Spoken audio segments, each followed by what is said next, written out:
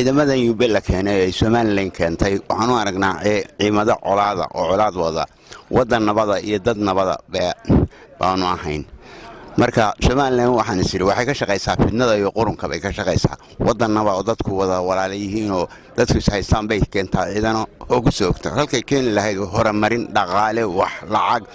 dadku xilliga waa baahan yahay abaaraha jira jiilaal baa jira ilaahay ba xaaladda dadka og marka iyadoo waxa ku soo rartaa ciidan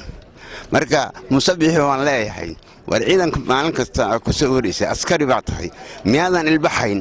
oo hore u marayn hadda madaxweyne noqoto jabhadnimadii ka tagtay ummaddu musabixi ummaddu waxay cunaan bay u baahan yihiin hargeysa ha joogeen muxuu ahaa burcaha joogeen meel kasta ummaddu ciidan uma baahan waxay cunaan bay u baahan yihiin dadku waa liitaan markii dadku ay wax cunaan oo wanaagsanaadaan marka baa la qaban karaa ummad laakiin ummad aad maalin kasta xabadiisa kacdoon baa lagu keenay adigana insha Allah waa kugu kici doontaa aakhirka laana ummadiiba maalin kasta tafaraaro ku dhiganaysa halkan waxaa kala hadlaya Axmed Maxamed Cali Findhe maanta hadal ma taagna maanta ficil bay rabtaa maanta marka 100 teknika ay marayaan jiidali hadeer ay marayaan oo soo cusub oo wato ninkii la lahaa ninkii lagu sheegay Nuux Taani oo halka marayo maanta hadal ma taagna ficil bay taagan tahay in la isdifaaco in la is urursado in la midoobo in aan waxba lagu kala harin oo hiiliyo hooba ciidanka halkaas nafti hurayaasha oo jiida hore jooga in wax walba lagu taageero karo lagu taageero bay maanta taagan tahay maanta hadal ma taagna maanta waxay taagan tahay in la midoobo in jiida hore la wadaado cidii aadi karta ciidankana loo gurmado bay taagan tahay maanta intaasaan TV-ga Ariel aad baa ugu mahadcelinaya oo ka hadlaysa fakarkeeda in shacabka la dhaxqaaysa in badan baanu nahay aanu xeerinaynay walaaltinimada iyo derisnimada iyo maxaan ku dhahaa wada shaqaynta laakiin maanta wixii laga bilaabo ma xeerinayno waay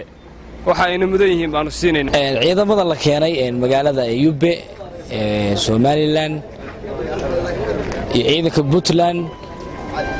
waxaanu leenahay gobolka Sanaag gobol gali kara xudxudasho siyaasadeed waa ka weyn yahay dadkani waa dad nabadeed waa dad taariikh iyo ilbax iyo xadaara soo jireena leh uma baahna carqalad siyaasadeed iyo herdan in lagu dhexerdamo dhalaanka iyo caruurta iyo beelweynta ku degan gobolka oo reer baadiye leh oo dumar leh oo caruur leh uma baahna carqalad siyaasadeed waxaan ugu baaqaynaa cidii quusayso inay nabadda ka taliyaan oo dadka ay ku dadaalaan nabadda ayaa waxa ku jira wanaaga iyo khayrka colaadda wiil baa ku dhashay wiil kuma dhinto bulshada tani waxay u baahan tahay wax qabad uma baahna in lagu herdamo oo ninba uu gaar u shukaansado uma baahna danahooda iyaga og siyaasadooda iyo taariikhdooda iyaga garan kara wixii qanciya oo maankooda gala